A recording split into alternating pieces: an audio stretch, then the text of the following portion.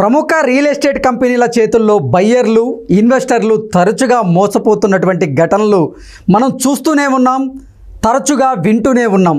ఈ నేపథ్యంలో అసలు రియల్ ఎస్టేట్ కంపెనీల వద్ద నుంచి ఇటు బయ్యర్లు అటు ఇన్వెస్టర్లు మోసపోవడానికి గల కారణాలేంటి, మోసపోకుండా ఉండాలంటే వారు ఎటువంటి జాగ్రత్తలు తీసుకోవాల్సిన అవసరం ఉంది అనే దాని మీద మనం ఈరోజు విశ్లేషణ చేసుకునేటువంటి ప్రయత్నం చేద్దాం.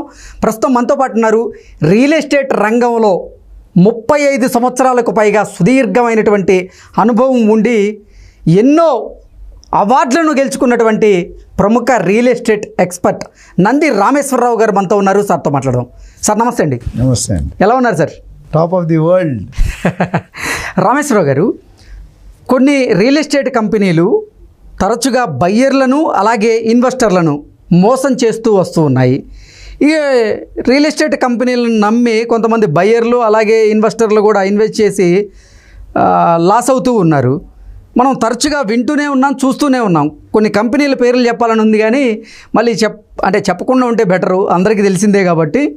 అసలు ఏంటి ఇన్వెస్టర్లు బయ్యర్లు ఈ రియల్ ఎస్టేట్ కంపెనీలతో మోసపోవడానికి గల కారణాలు ఏంటి?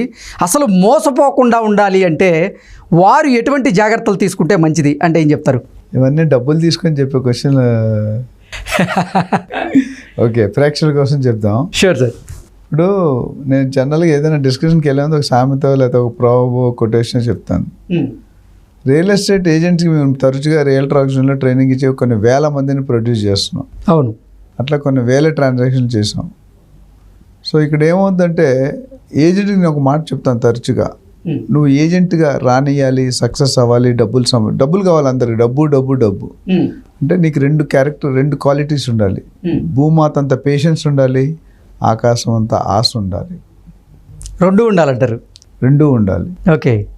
అది ఎందుకు చెప్పారంటే మీరు అడిగిన టాపిక్ చాలా ఈజీ టాపిక్ కాదు, చాలా క్లిష్టమైన ఇంపార్టెంట్ అయిన అన్ని రకాల $1 బిలియన్ క్వశ్చన్. అది $1 బిలియన్ క్వశ్చన్. ఎప్పుడైతే ఈ ఆశ అనేది అత్యాశకి వెళ్తుందో చీటింగ్ మొదలవుతుంది. When Asha is promoted to అత్యాశ, ఎలివేషన్. ఇప్పుడు నువ్వు యాంకర్గా ఉన్నావు, రేపు ప్రోగ్రామ్ ఇంకేదో అవుతావు. ఆ పెరిగిన ఆ పొజిషన్ జస్టిఫై చేయాలి. ఎగ్జాక్ట్లీ. ఆ జస్టిఫై చేయనట్టు you will be thrown down. ఎంత స్పీడ్గా ఇచ్చారో అంత స్పీడ్గా లాగేస్తారు పవర్స్. ఏ మనిషికైనా పవర్స్ ఇవ్వకూడదు, పవర్స్ ఇస్తే తీసుకోకూడదు. లేకపోతే ఉండెడ్ టైగర్లా ఉంటుంది, తెలుసు కదా. ఉండెడ్ టైగర్ కల్పించిందంటే కథం.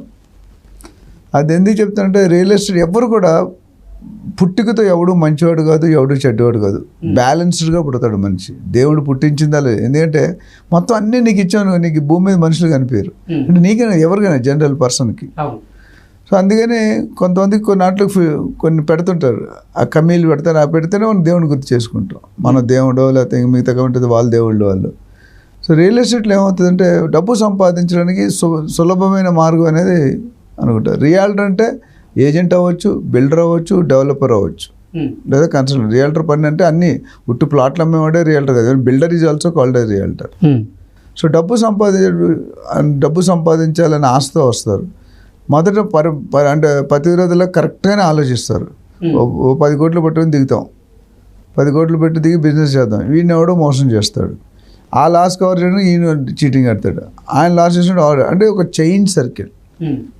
ఎలాగ ఫర్ ఎగ్జాంపుల్ ఒక ల్యాండ్ తొందరపడి ప్రీ లాంచ్లో అమ్ముతాడు మామూలు. ఎగ్జాక్ట్లీ. నేను అదే ప్రశ్న అడుగుదాం అనుకుంటున్నా.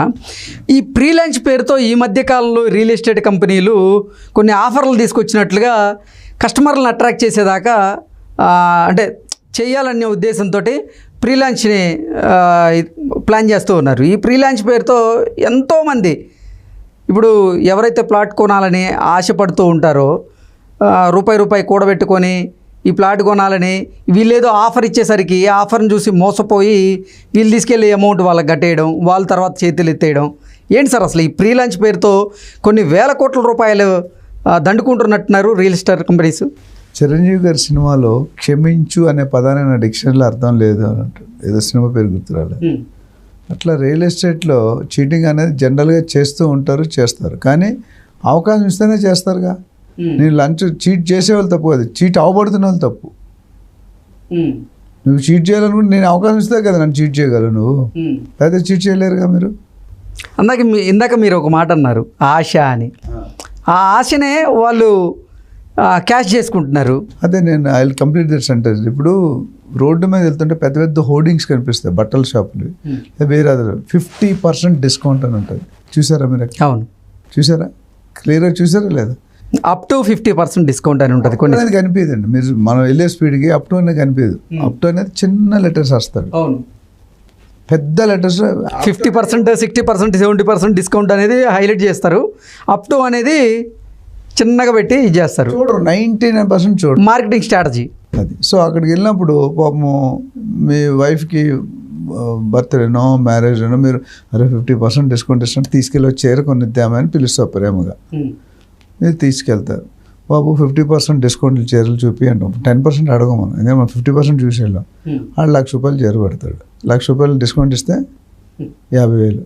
మన సొసైటీలో సౌత్ ఇండియాలో ఆంధ్ర తెలంగాణలో 50,000 చీరలు కొనిచ్చే భర్తలు ఎంతమంది ఉన్నారు అనేది నీకు ఆన్సర్ ఉంది. సో అక్కడ నీ పరిస్థితి ఏంటి? ఒకవేళ నువ్వు నీ బడ్జెట్ అయితే లేదు, నువ్వు ఏదో 5,000 10,000 అని ప్రిపేర్ అవుతావు. మామూలు అయితే 2-3 వేలు కొంటావు, మా బర్త్డే ఒకటి 5,000 10,000, 10,000 50% డిస్కౌంట్ 5,000 అనుకుని వెళ్ళావు బడ్జెట్. అక్కడ వెళ్ళాక బాబు మరి 5% 10% చేయమన్నాయంటే ఆడు డిఫరెంట్గా చూపిస్తాడు, అది మనకు కొనలేము, నచ్చం మనకు ఆ చీరలు. ఏదైనా తక్కువనే ఓల్డ్ స్టాక్ లేదా ఓల్డ్ డిజైన్ ఏదో ఉంటుంది. నేను ఎప్పుడో 20 years బ్యాక్ ఒక షాప్ పేరు చెప్పని వెళ్తే మా వైఫ్కి చీరలు చూపిస్తున్నాడు. ఇది శ్రీదేవి కట్టుకుంది, ఇది జయప్రద కట్టుకుంది, ఇది జయసుధ కట్టుకుంది అంటే నేను దాంట్లో వాడేసిన చీరలు ఉంటాయా, వేరే చీరలు ఉండవా అని అడిగా. జస్ట్ అంటే మార్కెటింగ్ స్ట్రాటజీ, శ్రీదేవి పేరు చెప్పి బట్టలు అమ్ముతారు. సో ఇక్కడ రియల్ ఎస్టేట్కి వస్తే మన ఇంటెన్షన్ కరెక్ట్గానే ఉంటుంది. ఇప్పుడు ఒక ల్యాండ్ ఉన్న దగ్గర ల్యాండ్ తీసుకున్నాడు 100 ఎకరాలు అనుకో, 5-10% అడ్వాన్స్ ఇచ్చాడు. ప్రీ లాంచ్ అంటే పెట్టింది పేరు మోసం. ఎందుకంటే ప్రీ లాంచ్ అంటే నా దగ్గర డబ్బులు లేవు, పబ్లిక్ డబ్బులు తీసుకొని పని చేయాలని నేను అనుకుంటున్నాను. అప్పుడు కూడా ఇంటెన్షన్ కరెక్టే, నా దగ్గర 10% ఉంది, ఓనర్కి 10% అడ్వాన్స్ ఇచ్చి డాక్యుమెంట్ తీసుకొని నా పేరుని జీపీఏ తీసేసుకుంటాం, జనరల్ పవర్ ఆఫ్ అటర్నీ అనేది ఒకటి రాసుకుంటాం. రాసుకొని స్టార్ట్ చేస్తాం. ప్రీ లాంచ్ అంటే ఏంటంటే ఏ పర్మిషన్లు ఉండవు, ఓన్లీ ల్యాండ్ కూడా 100% నేను పేరుని ట్రాన్స్ఫర్ కాదు, తర్వాత ట్రాన్స్ఫర్ అవ్వచ్చు అవ్వకపోవచ్చు. నెంబర్ 1. నెంబర్ 2 అనేది ఇది చేసుకున్న తర్వాత లీగల్ వెరిఫికేషన్కి వెళ్తారు. రేరా అనేది డిటీసీపీ కానీ హెచ్ఎండి ఎప్పుడు ఇస్తారంటే లీగల్గా ఉంటేనే ఇస్తారు. సో లీగల్ వెరిఫికేషన్ పెడతారు. ఈ లాట్ ఏం చేయాలి, పెద్ద లేఅవుట్ వేస్తాడు, ఒక 500 ప్లాట్లు లేఅవుట్ చేసి ఇక్కడ పార్క్ ఇస్తా, అక్కడ స్విమ్మింగ్ పూల్ ఇస్తా, ఇక్కడ క్లబ్ హౌస్ ఇస్తా, అక్కడ జాగింగ్ ట్రాక్ ఇస్తే, అక్కడ చిల్డ్రన్ పార్క్ ఏవో ఇచ్చేస్తారు. అమ్మడం మొదలు పెడతారు. అమ్మడం మొదలుపెట్టిన ఏంటంటే జనాలు అక్కడ ప్రీ లాంచ్ ఇంకొక మంచి బెనిఫిట్ ఇస్తాడు కస్టమర్కి. ఒక 2 సంవత్సరాల ప్రాజెక్ట్ అనుకోండి, ఒక 20 ఎకరాలు 25 ఎకరాల ప్రాజెక్టు 2 సంవత్సరాలు కంప్లీషన్ టైం, అంటే స్టార్టింగ్ నుండి ఎండ్ వరకు. స్టార్టింగ్లో 10,000 పెడతాడు రేటు, 10,000 పెట్టి ఇప్పుడు కొనే వాళ్ళకి అంటే ఈ 10,000 ఎప్పుడంటే ఆ 2 సంవత్సరాలు అయిపోయాడు 10,000, ఇప్పుడు నీకు 6,000కి ఇచ్చేస్తాను అంటాడు. అంటే ఎంత డిస్కౌంట్? 40% డిస్కౌంట్. మీరు హ్యాపీ. కానీ ఈ 60% నువ్వు పట్టించుకోవట్లే.